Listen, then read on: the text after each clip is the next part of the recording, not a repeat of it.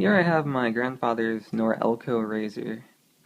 He's had it for, I think he said 12 years, and the battery's starting to go on it. And he had another one, he had two of them, and his last one, he tried to replace the batteries in it, and he's good at that kind of thing, but when he did it, his razor just wouldn't turn off. It was fine at first, and then all of a sudden the motor started turning, and the power switch wouldn't do anything, and he didn't know what he did wrong because he didn't think that he made any solder bridges or anything. So here's his other razor, and he's given it to me, and he wants me to see what I can do about it. I don't know much about the razor, I don't know much about the battery. I doubt that they're charged, but when I checked them, they were each a volt apiece, so combined 2 volts. And I don't know where he got them. I believe he got them off of Amazon or eBay. And I assume they were pretty cheap. So I'm going to take this apart, and we're going to look at the insides and see what we can do about replacing the battery, and hopefully it's going to work afterwards. So I haven't mentioned it yet, but the model number is 5885XL, which I'm sure I'll put it in the title of this video. So there's only 2 screws to get this thing apart. One of them is here, under the flap for the trimmer, and one at the bottom. And they take just a standard screwdriver and pull them out. The back of it pops right off. I felt maybe a little bit of adhesive. Yeah, I think that the pad on the back of the battery is a little sticky. Looks like there's a lot of 12 years worth of shaved hair in this, so I'm gonna clean this out a little bit and we'll get back to it. Well, here's what we have so far. And I wish I could have shown you, but I needed both of my hands and I have yet to get a tripod. So we had these pins here, which hold the motor in. So they wrapped around the edge here, inside the motor, and they clip. I'm honestly not sure exactly where. Somewhere in here, right on that side there. You can kind of see where they might go, back in that little dark area in the corner. You had these, just the grips on the side, they literally just popped off. You had this here, which laid across the board, and it's easy to get off once you took off those side grips. You can see that they're just 2 clips holding onto the casing. You had 2 more standard screws at the bottom, holding the board down, and you pull those all off, and the board just pops up out of the housing. Be careful about this here. It looks very fragile. Don't want to break that. It'd cause some problems. The motor wouldn't work. Down here, you'll notice these plastic clips. If I can focus on it, there it is. There's one on either side.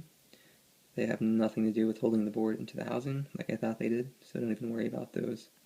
Just make sure that this thing, the input for the power adapter, isn't caught on the housing when you pull up the board. So watch for the motor, and watch for the input for the adapter. And here you see these 2 wires that I'm not familiar with this. I don't know what that's about. They don't seem to go anywhere. I don't really understand that. They weren't connected to anything either. They're just laying inside the razor. Like they weren't connected to the back housing or anything. I'm going to take this board off the bottom board, and we'll go from there. Alright, so now the boards are apart. And to do that, you'll notice this black piece here, and you won't notice it yet, but on the second board, the bottom one, there's these pins. Flip the board over and you can see what's going on. For these 2 boards to communicate, these pins go into these holes. And this here actually just stay behind on this board. I thought that I had to pull these tabs and pull that, so it's kind of a pain in the butt. But don't even worry about this. It's connected to the board, the little tab there, but I don't think that would hold it. So just be careful. And something else I noticed is I had mentioned that my grandpa replaced the battery and then it just wouldn't shut off. Well, I took this top board off and twice now the motor just started up by itself. I'm not really sure how it works.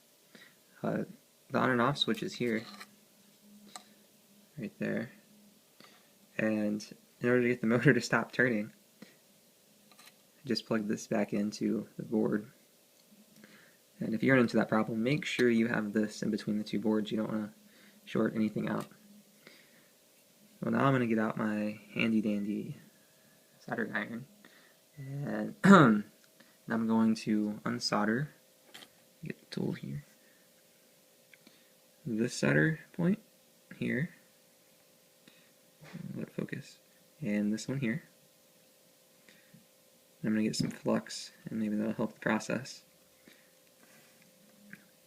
And I'm not real familiar with the batteries. I don't know if they're lithium ion or what they are, but as a good general rule, try not to get them hot. It could be bad. So heat them up, and when they start to flow, when the solder starts to flow, then pull off the battery from behind. Before you do that, though, I should mention, I'll put this back over. There's this plastic piece here, and it connects to the other side of the board. I'm not sure just yet where it connects to the battery. I'd imagine it's probably just stuck there with this tape, but I'll find out. You might want to remove that before you start soldering. So I'm going to do that, and then I'm going to heat up the solder and pull the battery off, and we'll go from there. Alright, we have the iron heating up, and about to add some no clean flux to the board. And these two contacts, to be exact. Focus.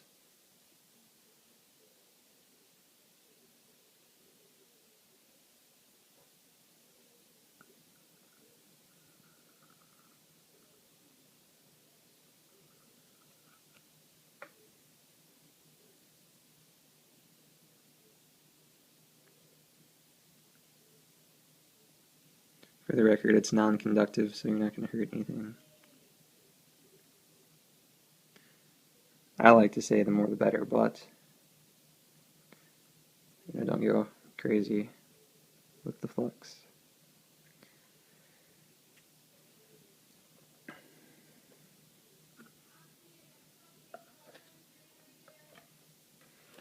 And now we heat it up. I'm definitely watching out for the components, the other components. It's going to take a second. It's going to have to heat up not only the solder joint, but the rest of the circuitry that's going to it. And one of them is the ground, and generally the ground's going to take a little bit longer. So I need both of my hands. We'll get back to this. Here's the old battery, and it was a pain in the butt to get out. And it's always going to be when you only have one soldering iron and two contacts to melt. And they make special soldering irons to remove the solder, and they even have like tweezer types where you could heat both of them at once. And what was really difficult about it is I thought I could just heat the contact and the battery would just fall out the other side. I didn't think that the contacts would actually be bent over like this new one already bent them back over. So in order to get the pins out, what I did is I actually cut the battery, the old battery, off the board. As you can see there.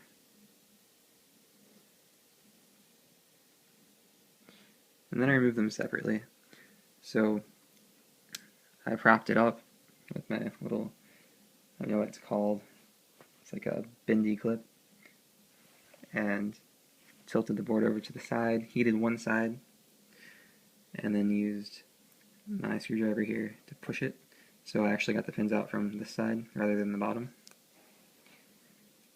And then I cleared up the solder, the old solder. Not as much as I'd liked, but it's going to work.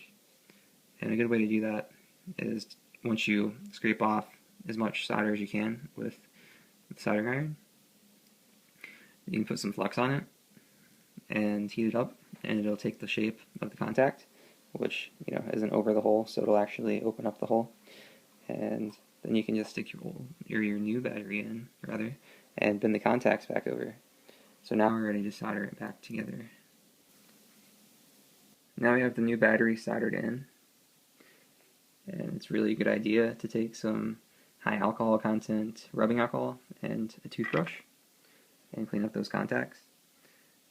Again, it's not going to be conductive and it's not going to cause any problems. It's just clean it up and make it look really nice.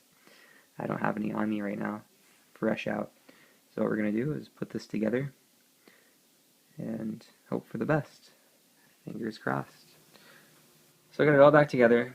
It seemed to work just fine, except when I tried to charge it, I noticed a buzzing noise, and took it back apart, and if you look really close, you can see that this contact here is, there. Wiggle it, there we go. It's broken. A little suspicious that maybe he was trying to charge it and it wasn't getting a full charge, and maybe that's why I thought the battery was going bad. But after 12 years, I'm sure the battery needed to be replaced anyways.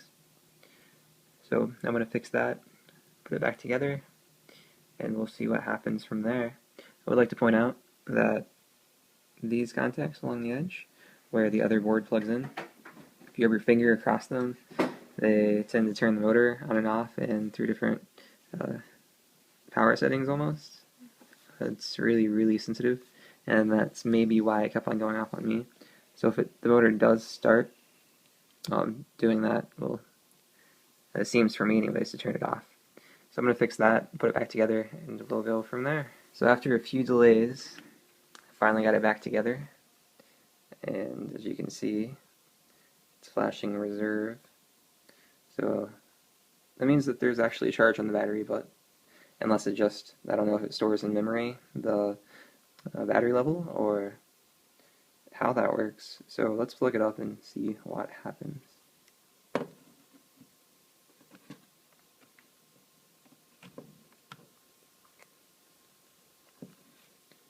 I get a green light, 0 for number of shaves left and flashing. And seems to work. That squeaking I'm not so sure about though.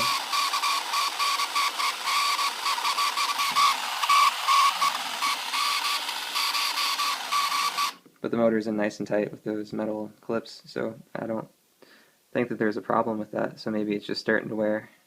Maybe it needs to be greased or something. I'll ask him about that. But there's the gist of it. It's got a new battery in it. As long as it charges and doesn't overcharge itself, it'll be good to go. Thanks for watching.